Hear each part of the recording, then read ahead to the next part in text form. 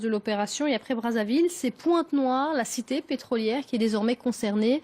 Le récit de Nicolas Germain. À Pointe-Noire, les contrôles d'identité se multiplient. Le gouvernement affirme vouloir lutter contre l'immigration clandestine. Des centaines d'hommes sont arrêtés, mais aussi des femmes et des enfants. Lorsque le propriétaire d'un étal n'a pas ses papiers, voici ce que fait la police. L'Église catholique et les ONG des droits de l'homme dénoncent une chasse à l'homme et des violences. Le directeur de la police, lui, promet de sanctionner toute dérive. Les éléments de la force publique engagés dans la présente opération, qu'ils se rendront coupables d'entorse aux lois encadrant l'opération Bataille Bakolo, seront sanctionnés sévèrement, voire radiés.